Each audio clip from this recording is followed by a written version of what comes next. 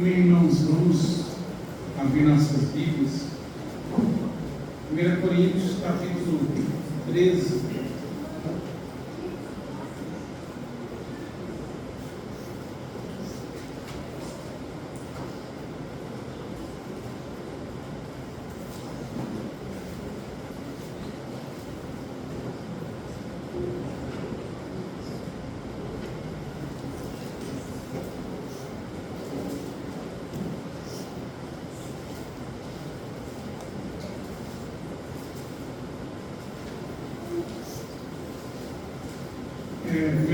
Capítulo 13, vamos começar com essa leitura.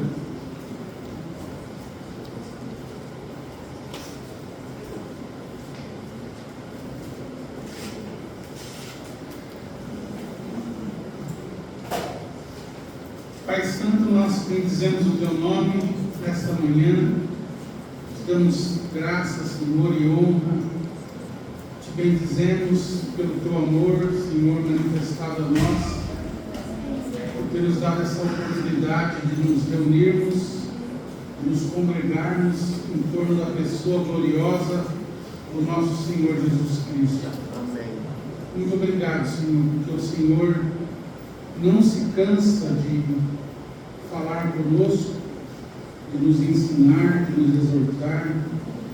Pedimos que uma vez mais o Senhor se compadeça de nós e envie a Tua palavra poderosamente aos nossos corações, trazendo-nos, Senhor, a consciência dos nossos pecados, ó Deus, da nossa fragilidade, Senhor, da nossa incapacidade, ó Deus, e mostrando-nos, Senhor, pelo Teu Espírito, conforme cantamos, Senhor, mostrando-nos a Tua suficiência. O Teu Espírito abre os nossos olhos, possamos ver que toda a suficiência está em Ti, que nossas fontes estão no Senhor. Ó Deus, pedimos que subjugue toda a nossa fraqueza, o nosso cansaço, Senhor, as nossas dores. Ó Deus, tudo que tenta se colocar entre nós e o Senhor, seja derrubado por terra. Ó Deus, para que o Senhor cumpra em nós aquilo que te apraz, realize em nós o Teu querer nesse dia, Senhor. Ó Deus, nós resistimos em nome de Jesus toda a oposição, tudo que se levanta contra o conhecimento de Deus, nós desfazemos em nome de Jesus. Ó Deus, para que o Senhor, ó Deus, cumpra em nós, Senhor, aquilo que o Senhor pretende nesse dia, Senhor. Que nada, Senhor, venha te deter, em nome de Jesus, Senhor. Ó Deus, fala conosco. Ó Deus, pedimos que o Senhor venha colocar em ordem nossas vidas, Senhor, para melhor te servirmos. Ó Deus, para melhor te adorarmos, Senhor, para sermos filhas e filhos maduros, para a glória do Senhor e para o Teu serviço. Pedimos em nome de Jesus.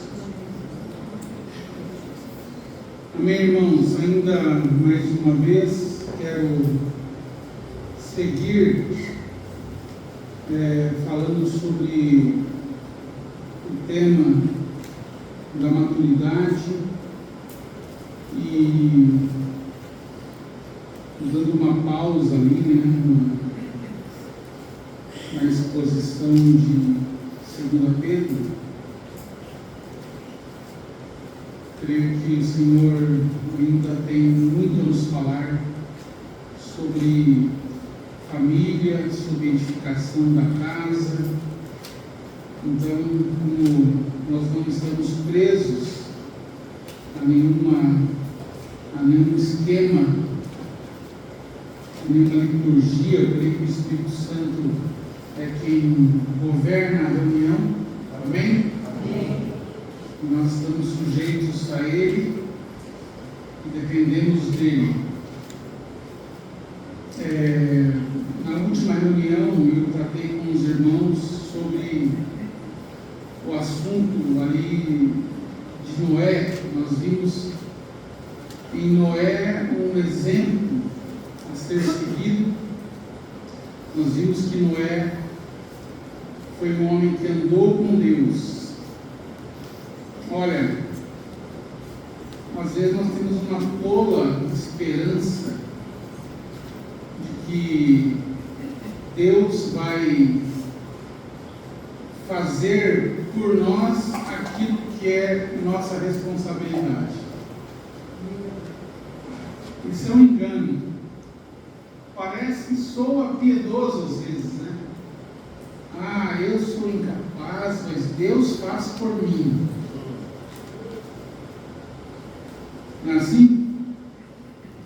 Nossa, como eu sou espiritual, eu reconheço que eu não posso.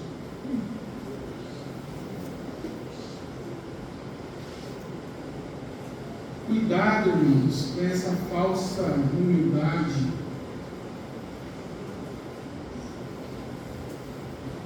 Deus não irá cumprir a tua obrigação como pai e como mãe. Amém? Amém, irmãos? Amém. Cremos nisso? Sim. Que Deus não irá cumprir a nossa obrigação?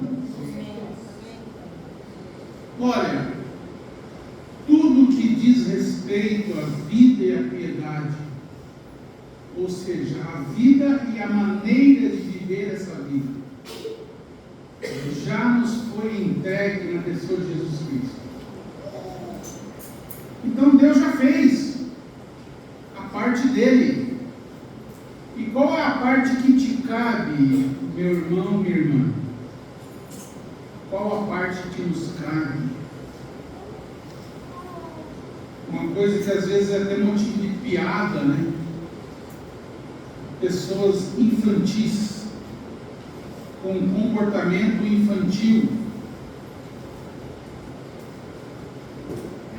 chega a ser cômico, né? O Senhor pretende de nós obter filhos e filhas maduros. Só assim que pode haver edificação, edificando como filhos maduros. Esse é o tema. Que o Senhor nos ajude a entender isso. Edificando como filhos maduros. Uma criança não pode edificar. Ela deve ser ensinada, ela deve crescer, para que ela possa segurar ali, como nós vemos ali, no exemplo ali nos dias de Neemias, a espada numa mão e a pá de pedreiro na outra. Amém? 1 Coríntios capítulo 13 diz assim, verso 11, esse é o clássico capítulo sobre o amor. Até imundos cantores seculares ousam abrir suas bocas imundas e cantar esta passagem. E eles que não entendem nada sobre o amor, porque não conhecem a Deus, não é mesmo? Só conhece o amor quem conhece a Deus, porque Deus é amor. Amém? Não há amor verdadeiro fora de Deus. Tudo que há são falsificações, distorções. O diabo ele é perito em criar falsificações. Tudo que Deus fez com perfeição, o diabo cria um simulacro, né? Uma imitação grosseira. Aqui nós vemos a essência do que é amor. Olha, o maduro ama. A maturidade ela é manifesta pelo amor. Se você vê, por exemplo, dois jovens que acreditam que estão amando,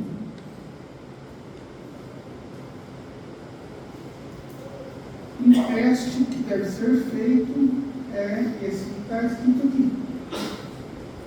Isso aqui é um teste para qualquer coisa que as pessoas dizem ser amor. Submeta ao escrutínio da palavra de Deus.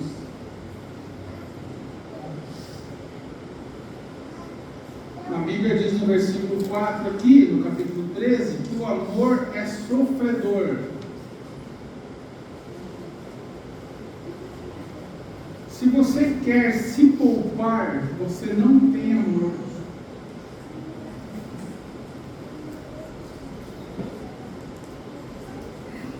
Porque o amor é sofredor. O amor sofre. O amor é benigno. O amor não é invejoso. O amor não trata com leviandade. O amor trata as coisas com seriedade, com gravidade, não com superficialidade. O amor não se ensoberbece. Alguém orgulhoso está esvaziado de amor. Olha aqui, versículo 5. O amor não se porta com indecência. Alguém que pratica imoralidade não tem amor. Aquilo não é amor. O amor não busca os seus interesses. Alguém que fala assim: a minha felicidade a qualquer preço.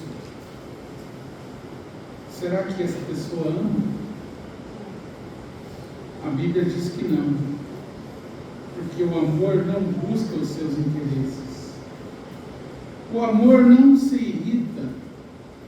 O amor não suspeita mal. Né?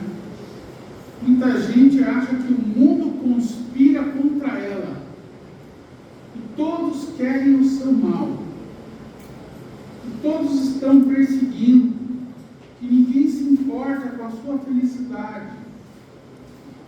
Esse é o amor. Esse amor não pode ser o amor de Deus, porque o amor não suspeita o mundo. O amor não desconfia da intenção do outro.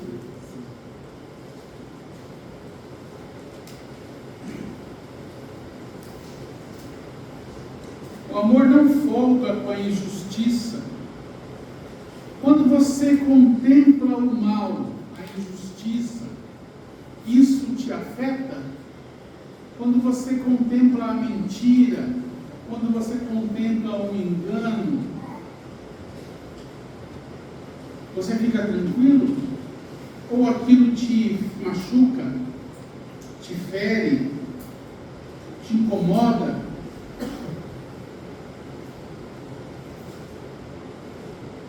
O amor não folga com a injustiça, mas folga com a verdade. O amor tudo sofre, tudo crê, tudo espera, tudo suporta. Você vê que o amor não tem pressa. O amor tudo espera. Jovem,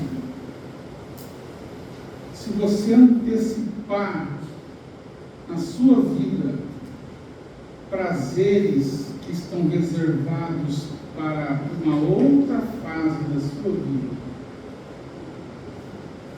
o fim disso é morte. Amém. É castigo. O amor de Deus não está nisso, porque o amor tudo espera, tudo suporta. O amor nunca falha. Você pode ter certeza.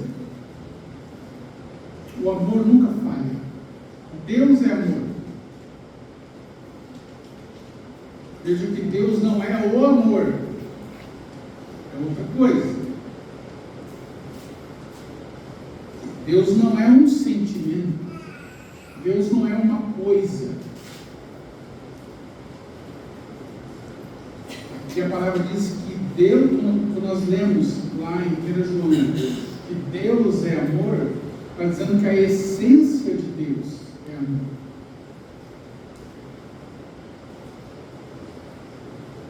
O amor nunca falha, como Deus nunca falha. Amém? Mas havendo profecias serão aniquiladas, havendo línguas cessarão, havendo conhecimento desaparecerá. Está falando dos outros dons. Todos eles terão fim. Mas o amor não. Porque em parte conhecemos e em parte profetizamos. Mas quando vier o que é perfeito, então o que é em parte será aniquilado. Aleluia! Nós estamos esperando vir aquele que é perfeito. Amém. Amém?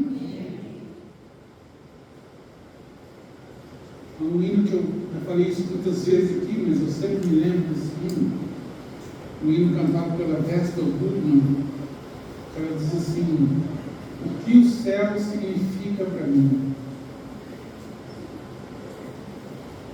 E tem uma estrofe que diz assim: que o céu é maravilhoso porque tem uma pessoa lá. Amém? O céu só é céu porque Cristo está lá. E ele disse que lá no céu ela verá a face, ela, não só ela, mas creio que todos nós, verá a face do seu amado Senhor. Diante desta imagem, essa imagem da face do Senhor, todas as outras imagens do amor fugirão. Oh, irmãos, que glória! A maior imagem do amor é a face de Cristo. Diante desta face, diante dessa imagem de amor, todas as outras imagens do amor fugirão.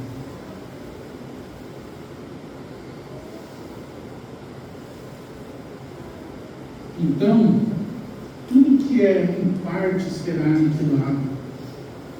Todas as outras coisas, por mais boas que sejam, elas passarão. Agora o versículo que eu queria me deter. Por que ele fala disso, depois de trazer uma palavra tão profunda sobre o amor? Por que o Espírito Santo aqui, pela pena do apóstolo Paulo, diz: quando eu era menino, falava como menino, sentia como menino, pensava como menino, mas logo que cheguei a ser homem, acabei com as coisas de menino. Olha, o menino, ele não ama perfeitamente. Paulo está falando aqui sobre o amor de Deus, sobre as características do amor verdadeiro. E agora ele começa a dizer: quando eu era menino, falava como menino, sentia como menino. Talvez ele estivesse pensando aqui que ele também amava ou pensava amar como menino. O amor do menino é um amor egoísta. Não é mesmo? O menino ama sua mãe, porque é sua mãe que o alimenta, é sua mãe que cuida dele. O menino não pode corresponder, não pode, vamos dizer assim, retribuir amor, porque ele ainda é egoísta, ele ainda está centrado em si. O menino pensa em si. Ele não pensa no outro. Ele está ocupado em satisfazer as suas necessidades, ainda que sejam legítimas. Mas, irmãos, o Senhor quer que nós avancemos para além dessa estatura de meninos. Amém? Amém. Deixemos de sentir como meninos. Os meninos são sensíveis demais. Se ofendem facilmente. Os meninos são curiosos demais. Os meninos são desconfiados. Os meninos disputam, têm inveja uns dos outros. Nós vimos aqui que o amor não é invejoso. Quem tem irmão aqui?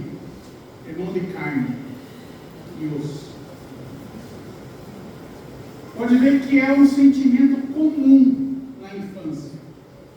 Toda criança acha que o pai gosta mais do outro irmão. É ou não é?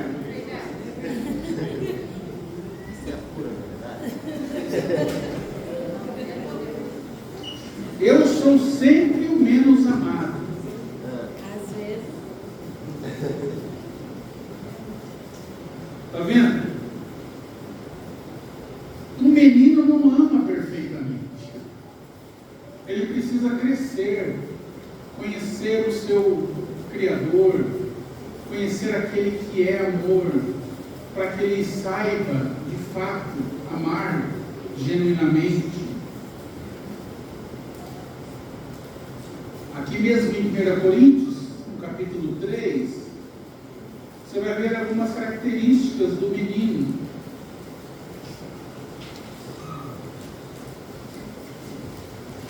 1 Coríntios capítulo 3, verso 1. E eu, irmãos, não vos pude falar como a espirituais, mas como a carnais, como a meninos em Cristo.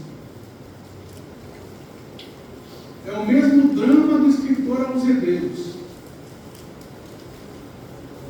Em Hebreus, nós já estudamos a carta, vimos no capítulo 5 de Hebreus, que o escritor aos Hebreus, ele tinha muitas coisas altas para falar aos seus ouvintes, ali, aos destinatários daquela carta. Ele estava falando, comparando ali o sacerdote de Cristo com o de Melquisedeque. Um tema muito alto, um assunto muito elevado. Mas ele precisou voltar e falar de coisas elementares, de coisas rudimentares. Porque aqueles homens, aquelas pessoas ali, aqueles homens e mulheres, aqueles crentes, eles já devendo ser mestres pelo tempo de conversão, pelo tempo de caminhada, ainda eles tinham pensamentos, comportamentos, entendimentos, sentimentos de meninos. Eles não podiam suportar aquele nível de doutrina,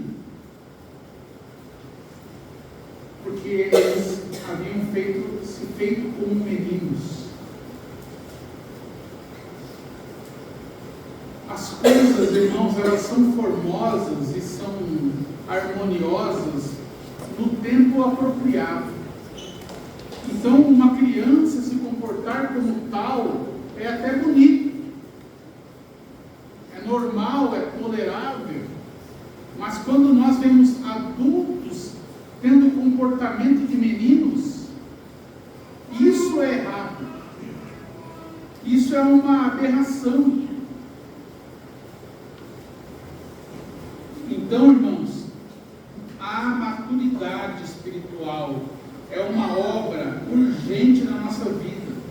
Nós precisamos deixar as coisas de menino. E aqui nós vemos quais são essas coisas de meninos. Paulo não podia falar com eles como espirituais, mas como carnais, como meninos em Cristo. Então ele está dizendo o quê? Que o menino é carnal. O menino é carnal. O menino é movido por instintos naturais, por desejos, por concupiscências.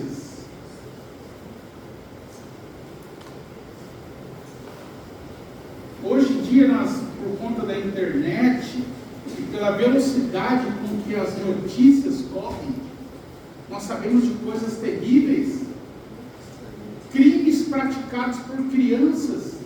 Não choca? Não deveria chocar.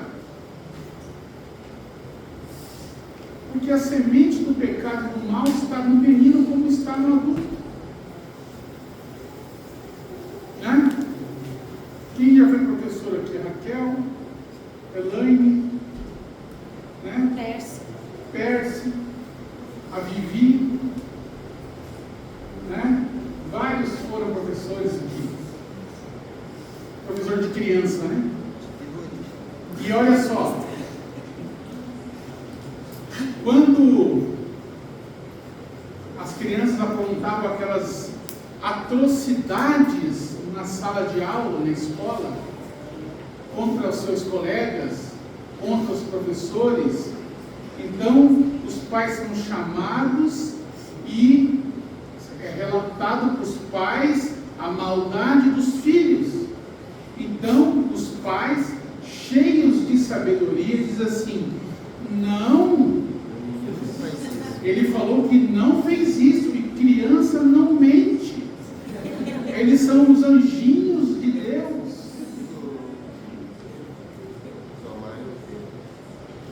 Será, irmãos?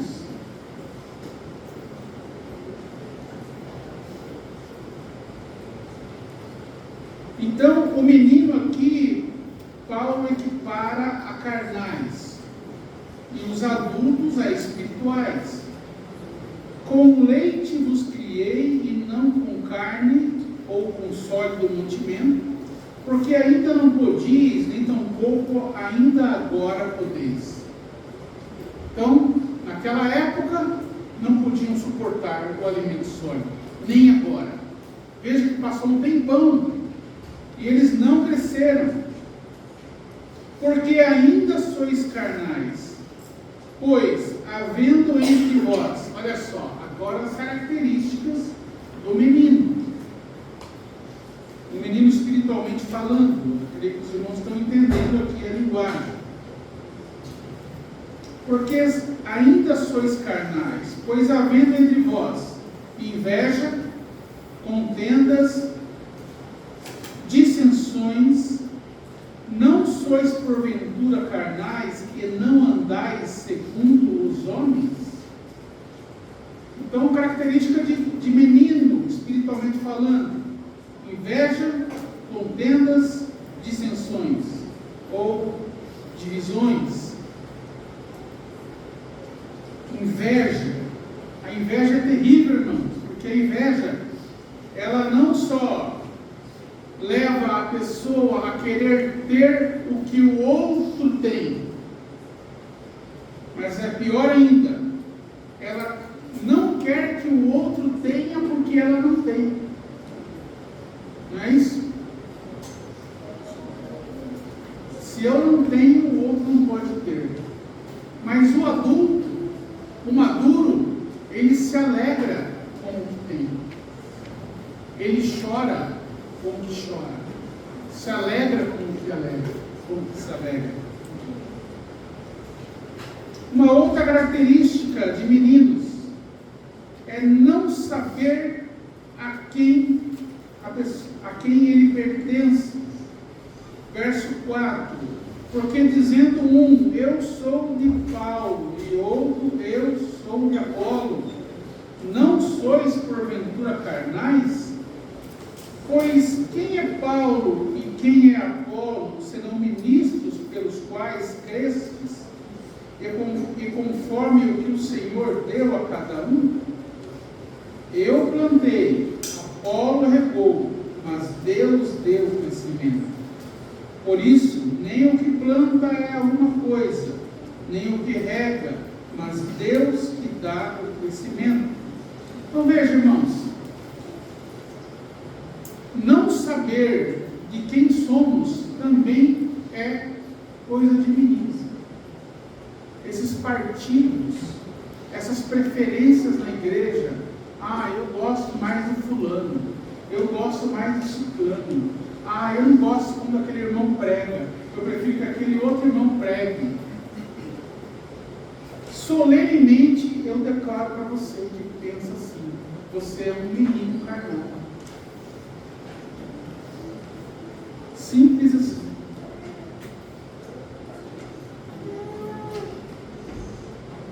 Preferências e partidos é coisa de menino. Por isso que na igreja, jovem, presta atenção aqui em mim, não deve, eu não estou dizendo que tem, tá? Eu espero que não tenha. Mas na igreja não deve haver as chamadas panelinhas, grupos de afinidade dentro da igreja, que excluem alguns e acolhem outros. Isso é carnalidade, isso é coisa de menino. O irmão Aniceto, ele sempre dizia que uma igreja normal, bíblica, deve haver velhos, adultos e crianças. Se há distinção, se há separação, por que nós não apartamos as crianças do culto? Porque elas também são parte da igreja. Amém. Não tem que ter um culto específico para a criança, porque ela é dotada de espírito, como um adulto tem espírito, e as coisas de Deus se comunicam espiritualmente. Mesmo que ela não compreenda tudo, o Espírito Santo sabe muito bem ministrar ao coração do menino. Amém? Amém. Então eu não preciso de estratégias naturais, não preciso didáticas naturais. Nós estamos falando a respeito daquele que é o instrutor de justiça, que é o Espírito Santo. Amém? Amém. Ele pode perfeitamente ministrar o coração da criança. Nós temos muitos exemplos, muitos testemunhos de crianças que creram ainda na infância, numa reunião normal da igreja. Nós não precisamos apartar crianças do culto. Se Jesus disse: deixar vir a mim os meninos, não os impeçais, eu vou impedir? Seria louco eu de impedir que um menino, uma criança esteja no culto? E olha, as crianças aprendem a cultuar no culto. Sim. Não é ensinando a pintar o peixinho que comeu Jonas, que engoliu Jonas. Ligue o grande peixe ao profeta, com linha pontilhada.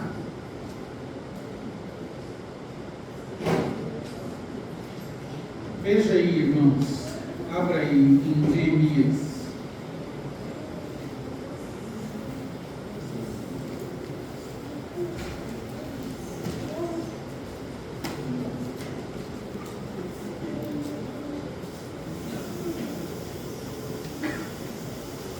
Olha, o mundo se opõe, presta atenção nisso, o mundo se opõe a as crianças estarem no culto.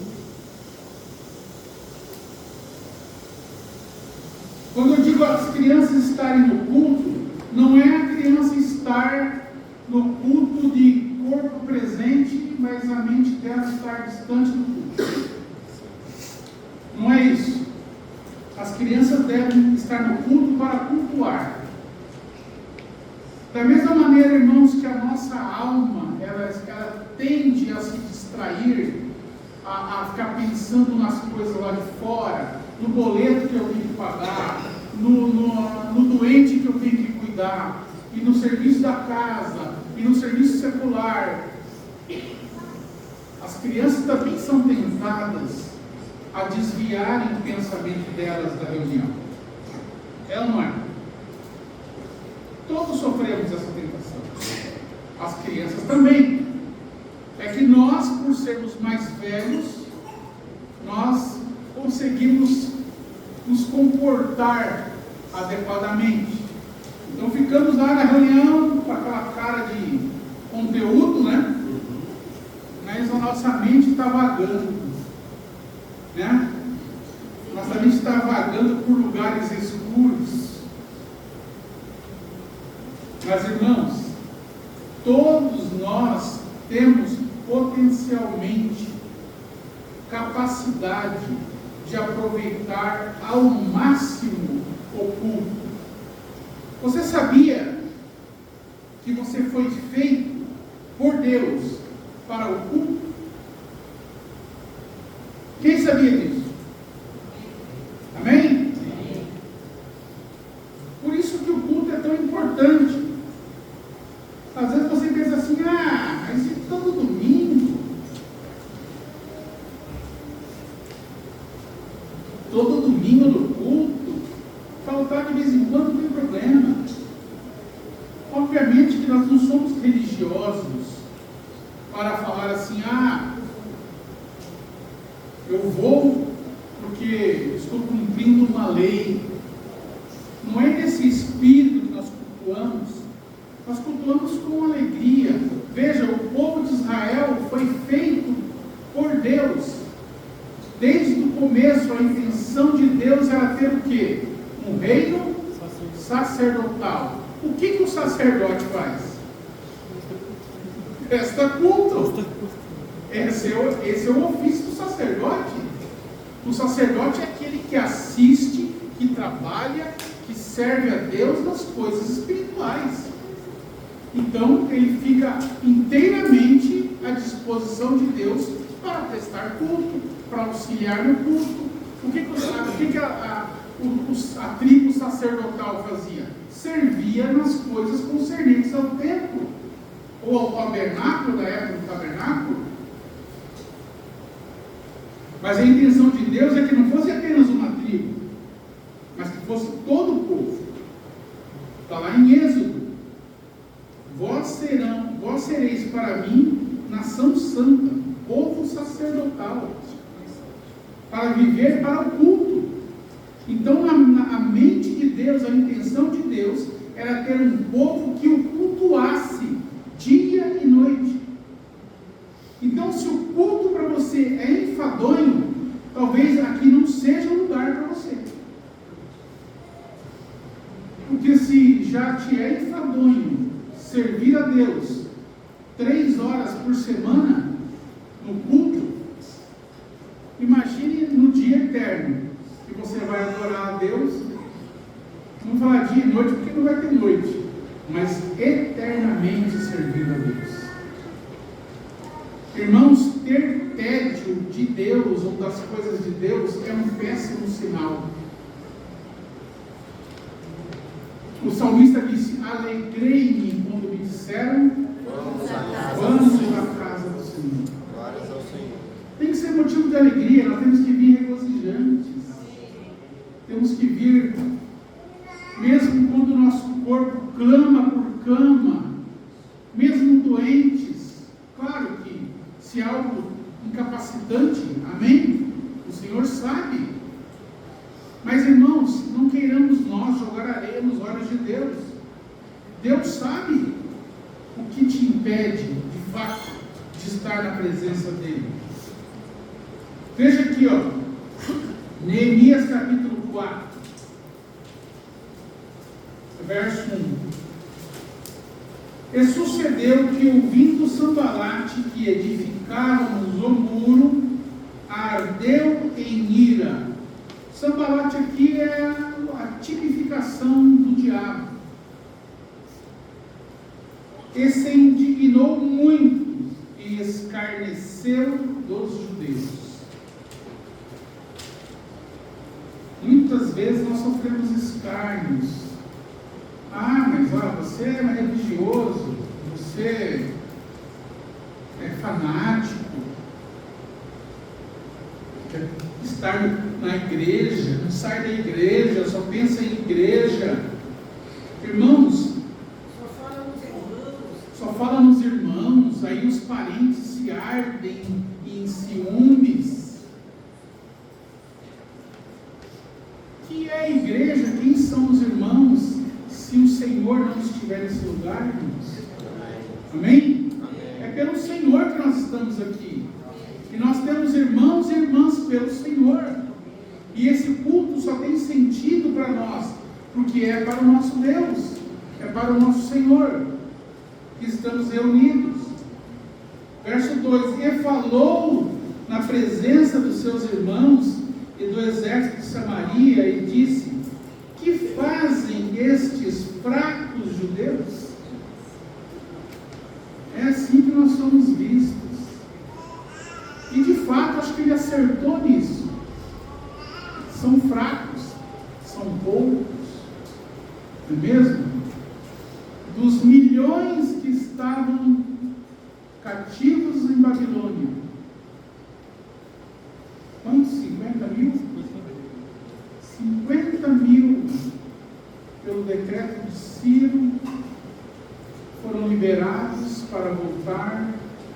Todos foram liberados, mas 50 mil, dentre milhões, porque eles se enriqueceram na Babilônia. Eles construíram casas, eles construíram sinagogas. Eles não têm mais necessidade da adoração aos moldes que Deus estabeleceu. Porque Deus estabeleceu um lugar de adoração. Amém? Amém. Deus estabeleceu um lugar de culto, que era Jerusalém, era no templo. A sinagoga é a solução do homem cativo,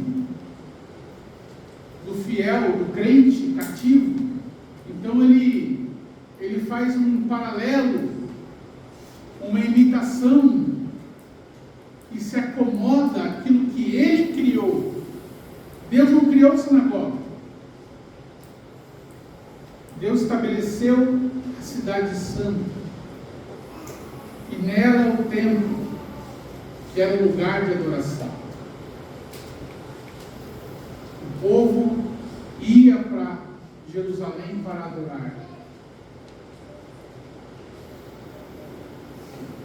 O que fazem esses fracos judeus? Irmãos, nós estamos aqui reunidos porque de fato somos fracos.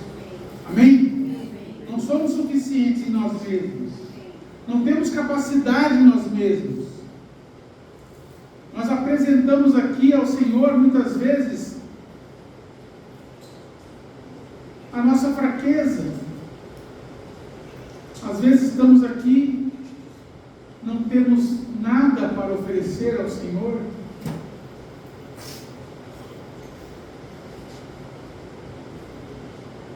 Mas mesmo essas mãos vazias devem ser erguidas aos céus.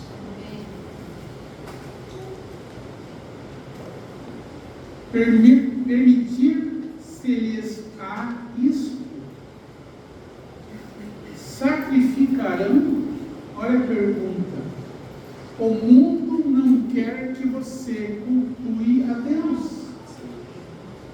Sacrificarão? Perguntou Sambalate.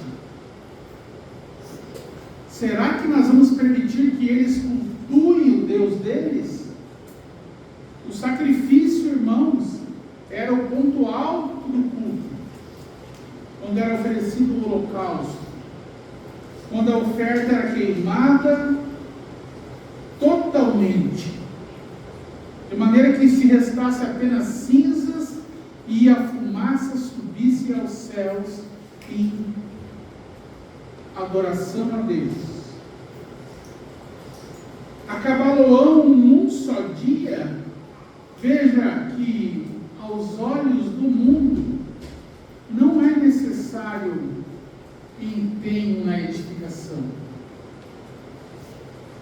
Eles querem que nós sirvamos a Deus relaxadamente.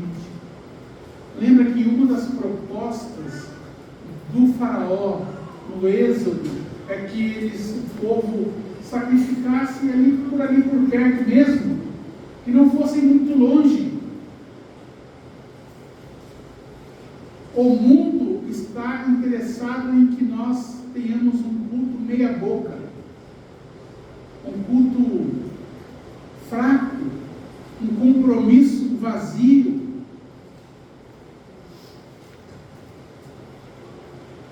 Vivificarão dos montões do pó as pedras que foram queimadas? Para o mundo, irmãos, a obra que nós estamos trabalhando e edificando é uma coisa inútil. Por isso que nós não devemos nos importar com a opinião dos homens, mas realmente nos empenharmos.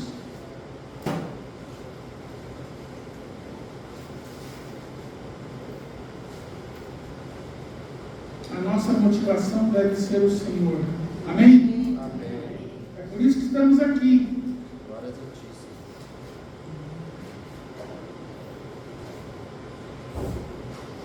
Se você voltar um pouco, no capítulo 3 de Neemias,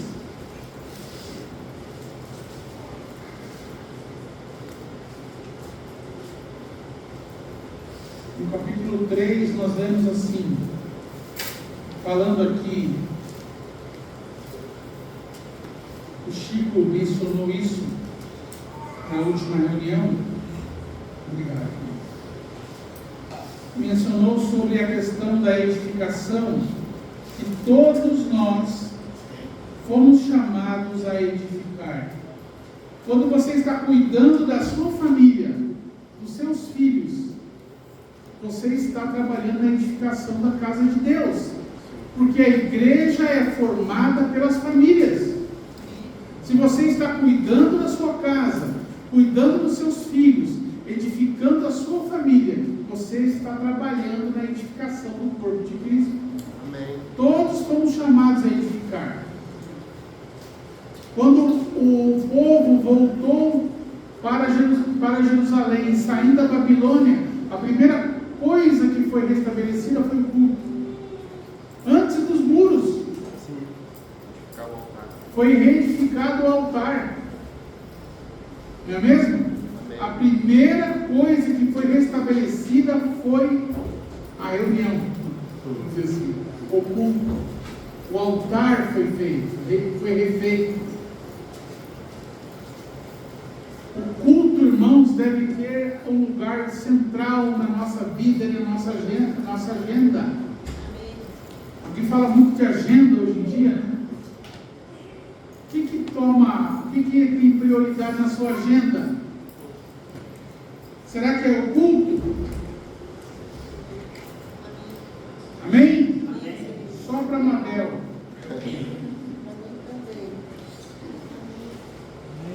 Verso 5.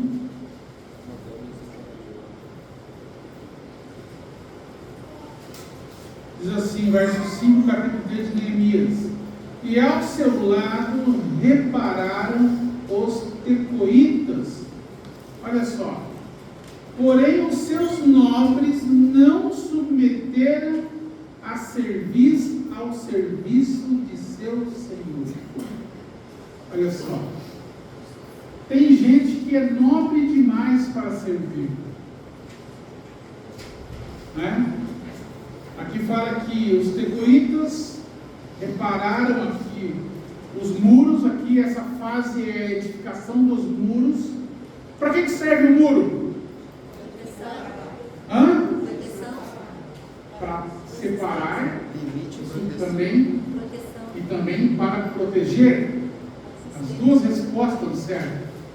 O muro faz separação. Irmãos, a separação nossa entre nós e o mundo deve ser marcada, deve ser clara. A igreja tem muros, a cidade santa tem muros. Os muros devem ser reparados. devem ser edificados ou reedificados. Tem brecha no muro de frente à sua casa? Se tiver brecha, você tem que fechar a brecha. Tapar as brechas. Às vezes o teu estilo de vida é uma brecha.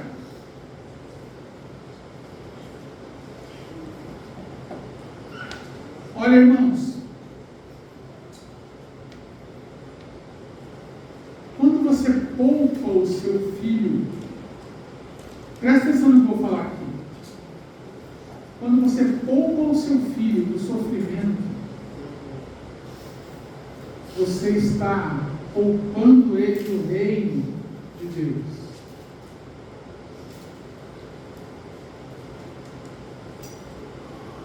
Quando você lê lá em Hebreus capítulo 11, abra lá sua Bíblia em Hebreus capítulo 11, veja o exemplo de Abraão. Nós mencionamos isso, mas é importante nós lembrarmos. A promessa foi feita a Abraão e a sua descendência. Você é descendência de Abraão? Amém. Amém? Amém. Mais importante do que a descendência física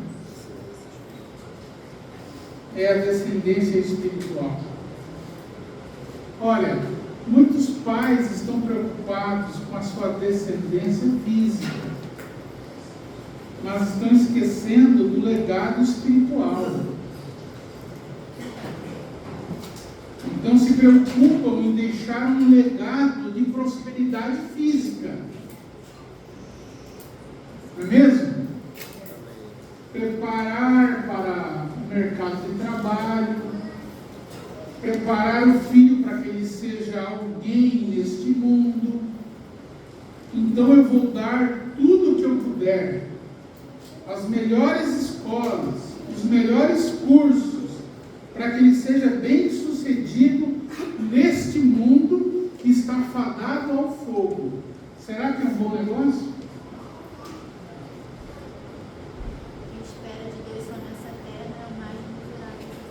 A irmã está lembrando aqui do versículo: se nós esperarmos no Senhor apenas desta vida, somos os mais miseráveis dos homens. Às vezes você prepara seu filho para o mundo, em vez de prepará-lo para o reino. Você gasta mais tempo fazendo planos e preparações para que ele seja bem sucedido no mundo. Então você perde ele para o mundo. Você mesmo cavou a cova dele. Eu nem sei que versículo que eu ia ler. Hebreus 11. Hebreus 11, verso 8. Olha, o teu estilo de vida deve ser transmitido para os filhos.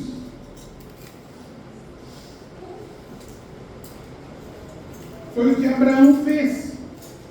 Por isso Deus pôde cumprir em Abraão, conforme nós lemos em Gênesis capítulo 18, tudo que ele tinha prometido para Abraão, porque Abraão ordenou a sua casa.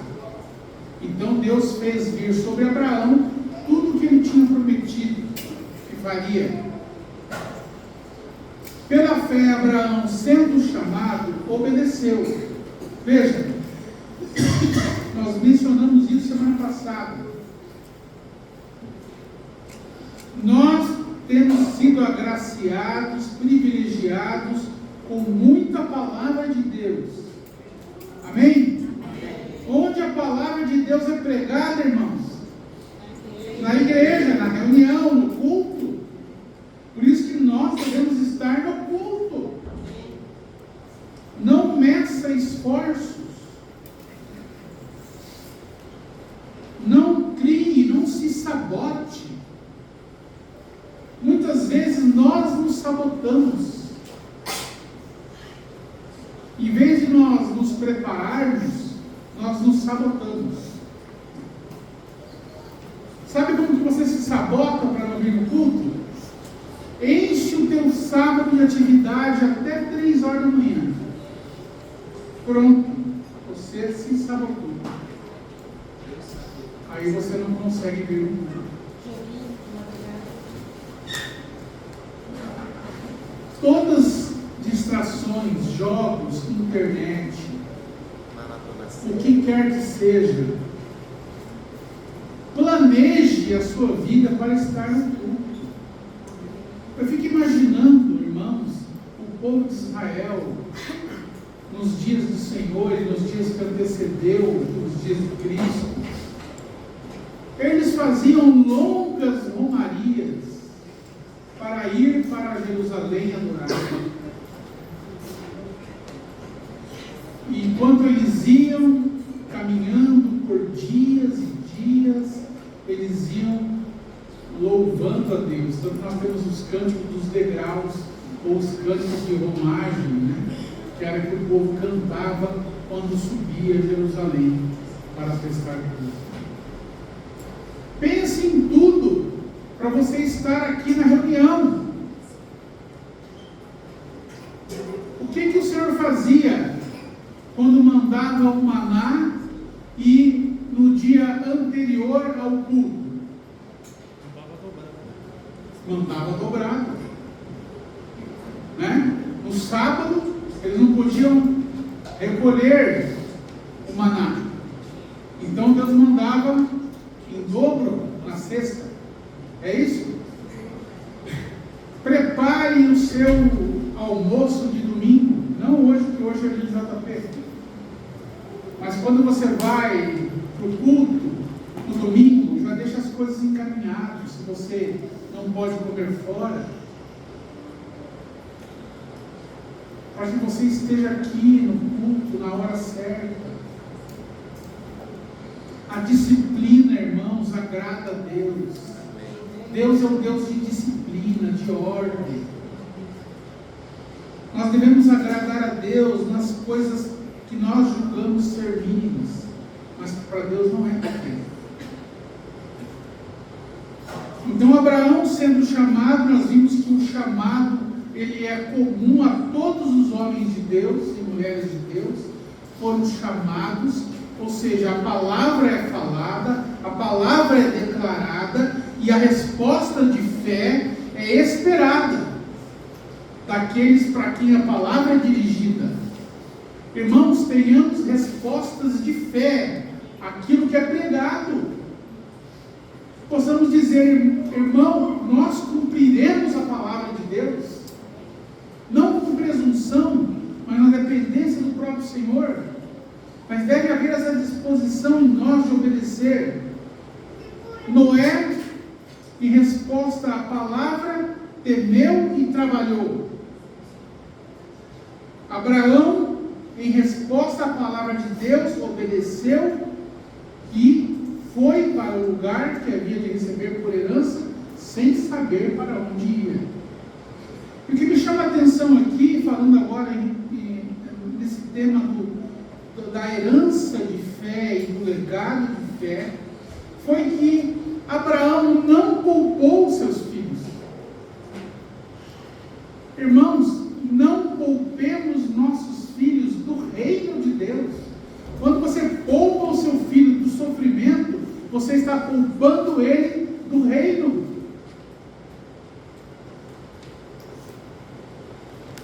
Não existe, irmãos, glória sem um caminho de sofrimento. Não existe.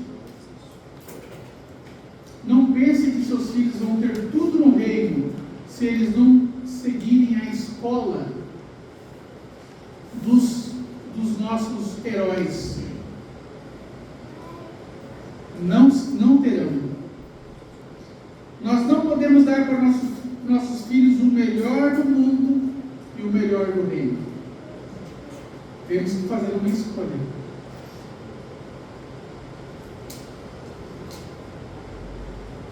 Não se preocupe com o mundo, porque o Senhor tem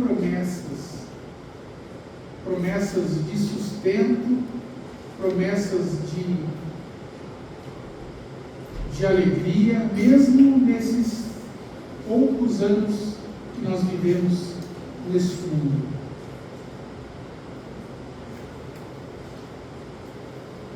Eu acho que foi Davi que falou, ou algum outro salmista: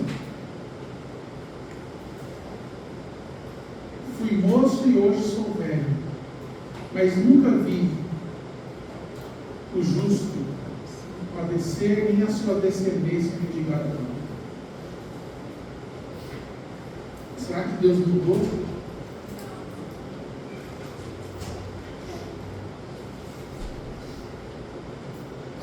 Veja, verso 9.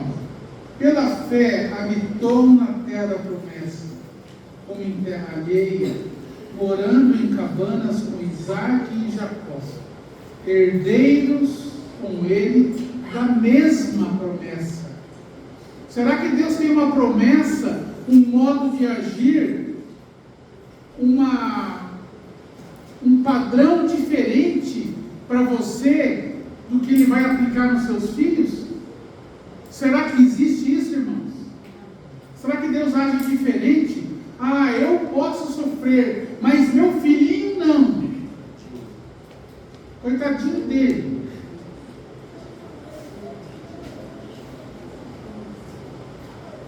Eu posso sofrer humilhação, mas se meu filho for humilhado, eu saio dessa igreja. Sai da graça. Não sejamos tolos, irmãos. Olha, a proposta de evitar sofrimento só procede de um. De quem?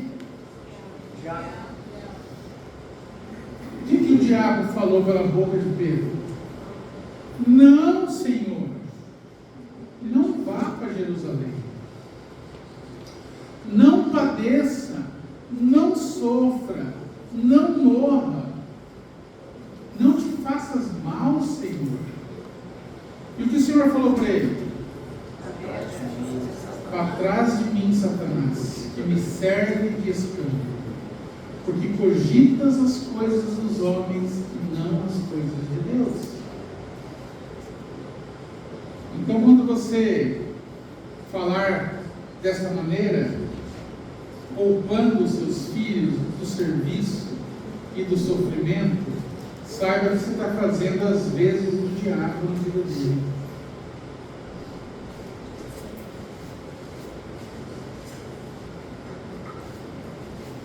É uma honra padecer pelo Senhor e pelo seu povo.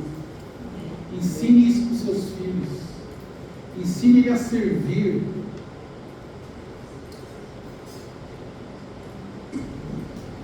Eu ainda quero viver para ver os jovens disputarem a Bia para lavar a louça do JP.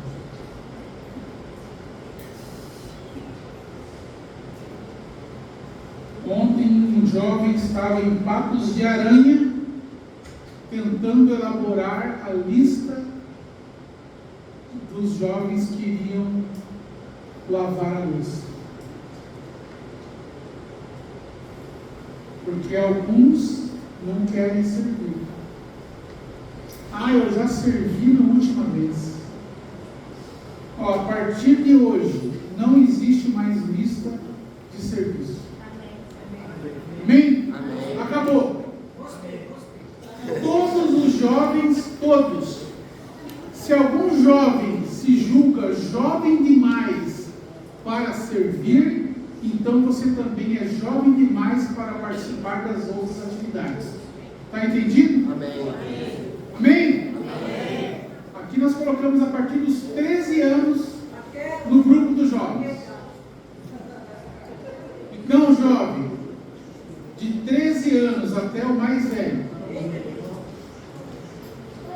se você é jovem demais para servir, então solenemente deixe o grupo dos jovens, deixe o retiro dos jovens e todas as atividades dos jovens. Amém? Amém. Então, daqui por diante, todos os jovens não importa a idade, vão servir no serviço que lhes for mandado. Não tem mais lista. O criador da lista está desincumbido desse serviço. Então veja, irmãos, Abraão habitou na terra da promessa como em terra alheia, ou seja, Abraão viveu neste mundo como peregrino e os filhos tiveram que dançar no mesmo tom, igualzinho. Ah, mas quem arrumou essa encrenca foi Abraão. Irmãos, se os nossos filhos são herdeiros conosco da mesma promessa, então eles devem ter o mesmo estilo de vida dos pais.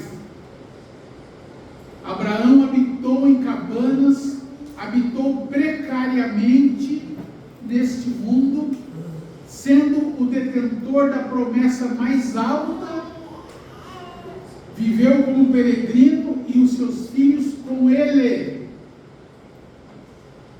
Isaac e Jacó, com os seus pais, vivendo em tendas, em barracas. Não poupe os seus filhos do serviço. Amém? Agora, olha, irmãos,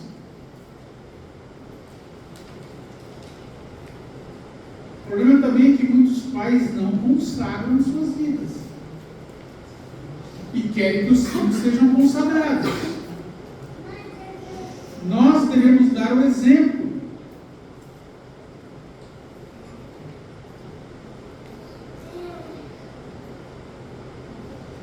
Eu creio que nós devemos temer a Deus, irmãos, e romper com qualquer estilo de vida mundano, de uma vez por todas.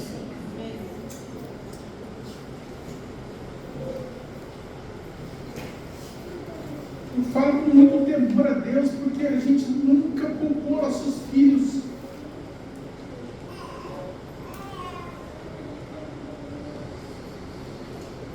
Muitas vezes até fui duro demais, reconheço. Trazíamos nossos filhos doentes para a reunião, não poupávamos nossos filhos. Nós temos um exemplo de um, irmãos, que não poupou o seu filho. Por isso nós estamos aqui hoje. Porque Deus, o Pai, não poupou o seu único filho, antes o entregou por amor de nós todos. Por isso nós estamos aqui hoje, por causa de um pai que não poupou seu filho, e por causa de um filho que foi obediente até a morte e morte de cruz.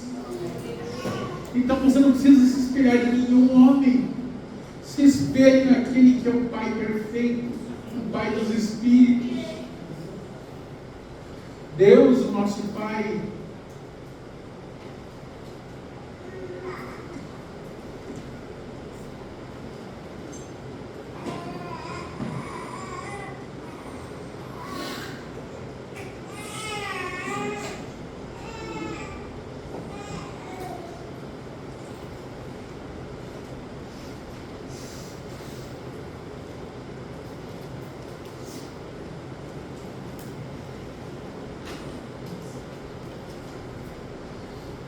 o irmão Kairos abriu a reunião falando sobre voto. Salmo 116.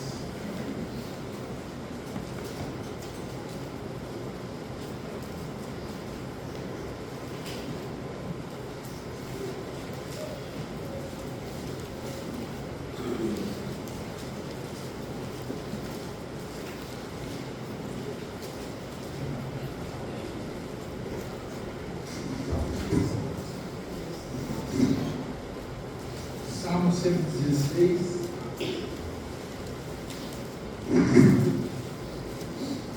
versículo 14: Pagarei os meus votos ao Senhor, agora, na presença de todo o seu povo.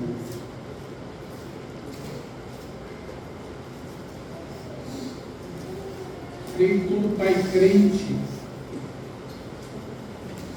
consagra os seus filhos quando já ainda estão no ventre das suas mães.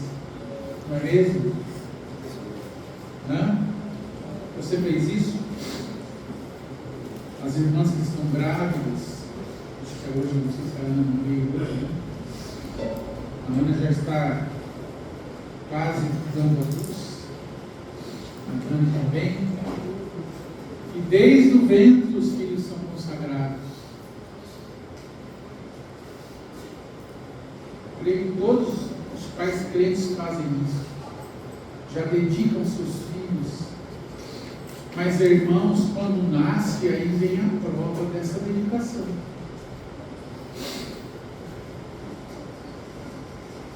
E a prova mais aguda é você não poupar o seu filho de sofrer. Eu falo aqui, irmãos, não estou falando para você entregar o seu filho, a não ser que o Senhor mande, para ser missionário lá no Oriente, em terras de perseguição, simplesmente para você consagrar o seu filho a Deus. Onde você está mesmo. Não transmitir para o filho um estilo de vida mundano, padrões mundanos, valores mundanos, ambições mundanas, ambições que estão circunscritas a este mundo de sucesso.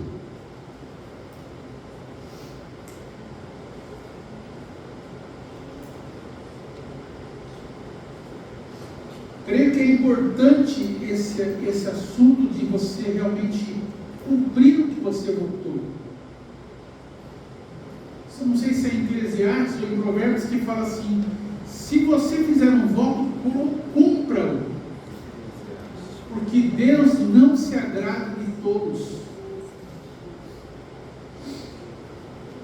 Deus está esperando que nós cumpramos nossos votos de consagração.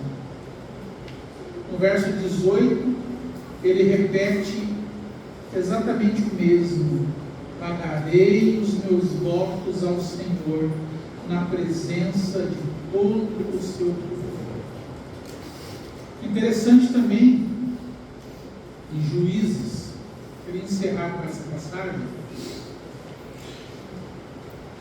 Juízes capítulo 13, um texto que nós meditamos com os irmãos lá em Friburgo.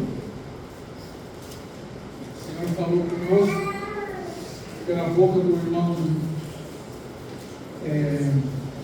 Harry sobre esse assunto.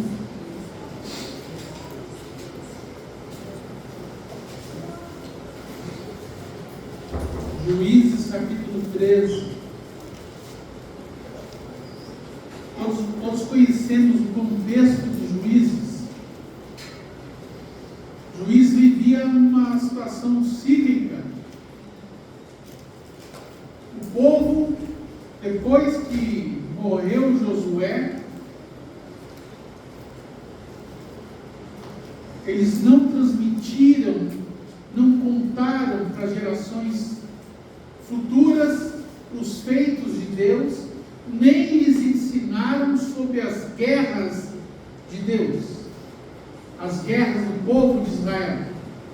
Isso nós lemos lá em Juízes capítulo 1 e 2. Até Josué e os seus filhos, Josué foi fiel e transmitiu, mas a partir daquela geração não houve mais a transmissão desse legado de fé. Então se tirou do povo a consciência do estado permanente de batalha. E nós vemos lá no começo do livro de Juízes, no capítulo 3, verso 1: estas, pois, são as nações que o Senhor Senhor deixou ficar. Então veja, nada fugiu do controle de Deus. Se tem batalha espiritual, se tem oposição do mundo, é porque o Senhor está treinando o seu povo para por elas provar a Israel, a saber, a todos os que não sabiam de todas as guerras de Canaã. Então veja, eles não tinham conhecimento da realidade da batalha espiritual. E assim são muitos pais que poupam os seus filhos da realidade da batalha espiritual, da realidade do mundo e da oposição que o mundo e o príncipe deste mundo fazem ao povo de Deus. Muitos pais nem têm noção disso. Acham que o mundo está no mundo apenas para aproveitar as coisas boas do mundo. E assim foi, ano após ano, o Senhor levantava juízes e o povo experimentava um livramento momentâneo dos seus algozes, mas logo caíam nos mesmos pecados e se esqueciam de Deus. Muitos crentes vivem nessa gangorra, né? Quando estão na pior, lembram-se de Deus, se consagram. Aí entram numa situação de paz momentânea e se esquecem de Deus.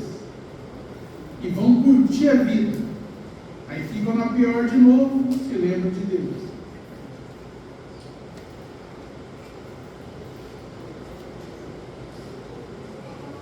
Capítulo 13 de Juízes. E os filhos de Israel tornaram a fazer o que era mal aos olhos do Senhor, mais uma vez. E o Senhor os entregou na mão dos filisteus por 40 anos, chicote de 40 anos no lombo. E havia um homem de Zorá, da tribo de Dan, cujo nome era Manoá, e sua mulher, sendo estéril, não tinha filhos. Aí Deus sempre livrando o seu povo de maneira miraculosa, né?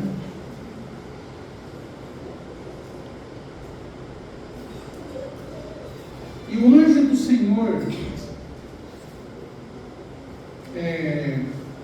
e a sua mulher, sendo estéril, não tinha filhos, e o anjo do Senhor apareceu a esta mulher e disse-lhe: eis que agora és estéril, e nunca tens concebido, porém conceberás, e terás um filho.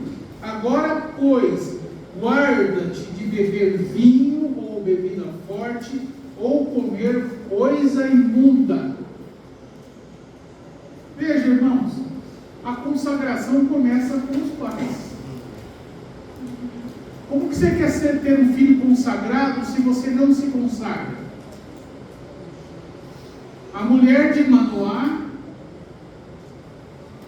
deveria se abster de vinho, de bebida forte e de comer coisa imunda. Ué, mas o nazireu não seria Sansão? Mas a ordem veio primeiro para ela. Porque eis que tu conceberás e terás um filho, sobre cuja cabeça não passará a navalha. Nós podemos um dia, irmãos, não hoje, mas podemos estudar o que significava o voto nazireu. Vou falar rapidamente aqui de coisas que você tenta poupar o seu filho e que a Bíblia manda que você não faça. Não passará a cabeça na navalha. A navalha na cabeça. Então a primeira coisa, a primeira ordem para Sansão, para a mãe de Sansão, o menino não poderia raspar a cabeça. O que significava para um homem ter o cabelo longo? vergonha. Você tem vergonha de que as pessoas saibam que você é um cristão?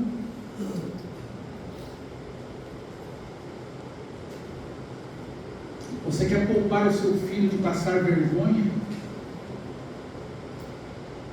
Não digo passar vergonha por fazer coisa errada. Sim. Digo passar vergonha por fazer o certo, por ser diferente dos demais, por ser um filho de crente, por ser um crente também. Então, todos deveriam olhar para aquele homem e ver que ele era um homem separado para Deus e para o seu serviço. Não passará a vaga na cabeça, porquanto o menino será nazireu de Deus desde o ventre. Veja, a consagração começou no ventre e deve-se ter continuidade após que a criança venha ao mundo. E ele começará a livrar a Israel da mão dos filisteus. Então a mulher entrou e falou a seu marido, dizendo: um homem de Deus veio a mim, cuja aparência era semelhante à de um anjo de Deus, terribilíssima. E não lhe perguntei de onde era, nem me disse o seu nome. Porém disse-me: eis que tu conceberás e terás um filho. Agora, pois, não bebas vinho, nem bebida forte, e não comas coisa imunda, porque o menino será nazireu de Deus, desde o ventre até o dia de sua morte. Então Manoá orou ao Senhor e disse: ah, Senhor meu, rogo-te que o homem de Deus que enviaste ainda venha para nós outra vez e nos ensine o que devemos fazer ao menino que há de nascer. Veja a preocupação de Manoá. Ele orou porque ele queria instrução de Deus sobre como ele devia fazer ao menino que nasceria. Quanto nós temos orado buscando instrução de Deus sobre como criar nossos filhos? Ou quanto temos dado atenção às instruções que temos recebido da parte de Deus?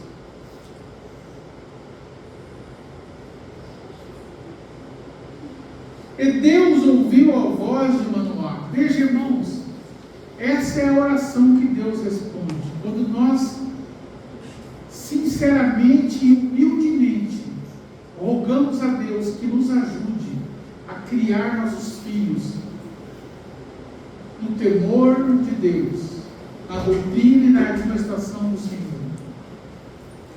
Deus ouve essa oração. Deus ouviu a voz de Manoá. E o anjo de Deus veio outra vez à mulher, e ela estava no campo, porém não estava com ela seu marido Manoá.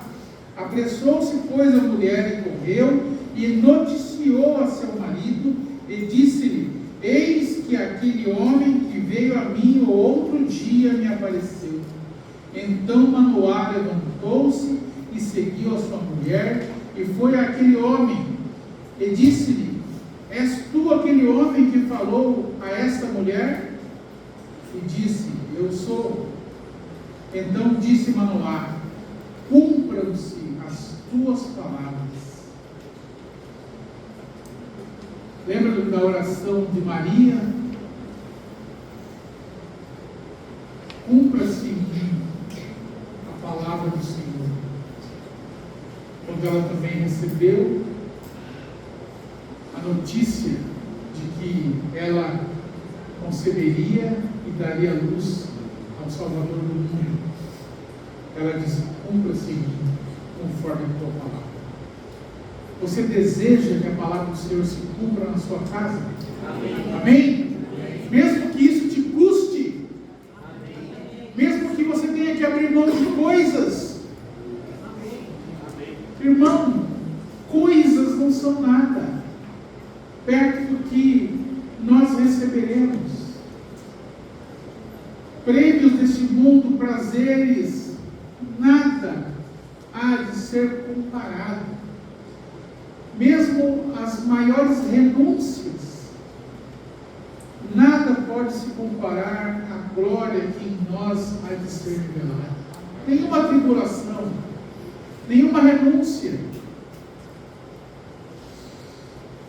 Então disse Manoá: cumpram-se as tuas palavras, mas qual será o modo de viver do serviço do menino? E disse o anjo do Senhor a Manoá: de tudo quanto eu disse à mulher se guardará ela, de modo de tudo quanto procede da videira não comerá. Às vezes nós fazemos concessões, né? Eu não vou beber bebida forte, mas uma uvinha, né? Esses dias alguém estava falando comigo das perguntas que os jovens fazem, né? Eles perguntam assim: fazer tal coisa é pecado? Não porque eles querem se consagrar, porque eles querem, na verdade, saber o quão perto do pecado eles podem chegar com segurança. Não é assim? O quão perto você quer chegar do pecado? Ou você quer fugir? Como fez o corajoso José. Tem que ter coragem para fugir do pecado. Sim. De tudo quanto procede da videira não comerá. Seja radical na obediência. Não fique procurando concessões. Nem vinho, nem bebida forte beberá, nem coisa imunda comerá. Tudo quanto lhe tem ordenado guardará. Então veja, a ordem para a consagração começa pelos pais. O Senhor já tem dado a orientação para nós. O que você tem que se abster? O que você deve entregar no altar? O que tem impedido a bênção de Deus na sua descendência? Lembre-se de Gênesis 18. O Senhor falou que faria vir sobre Abraão o que ele havia prometido, porque sabia que Abraão havia de ordenar a sua casa. Então, se você quer que a bênção de Deus venha sobre a sua casa, coloque sua casa em ordem. Estabeleça prioridades espirituais na sua vida, no seu estilo de vida, para que isso repercuta nos seus filhos. A ordem foi para que a mulher de Manoá se consagrasse primeiro. Não havia concessões, era radical. Nada que a videira produzisse, ela poderia tocar.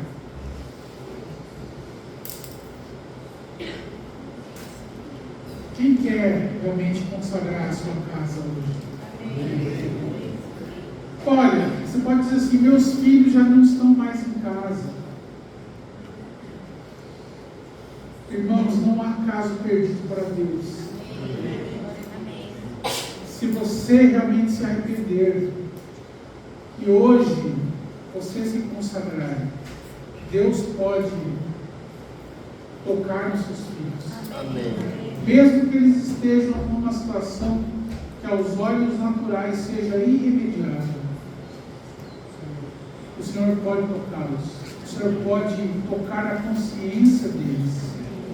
Mas a obra começa primeiro nos pais, primeiro em nós.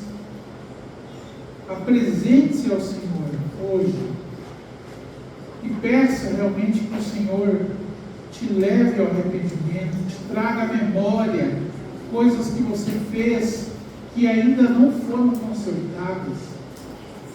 Peça perdão a Deus, para que o Senhor faça vir sobre a tua casa aquilo que Ele prometeu. Amém? Incline sua cabeça, vamos orar. Acredito que todos nós que somos pais devemos fazer uma oração de consciência consagração de Deus. Pedindo que o Senhor realmente cumpra em nós aquilo que Ele tem falado, que Ele tem prometido. E realmente, irmão, irmã, pais e mães, não fique colocando desculpas,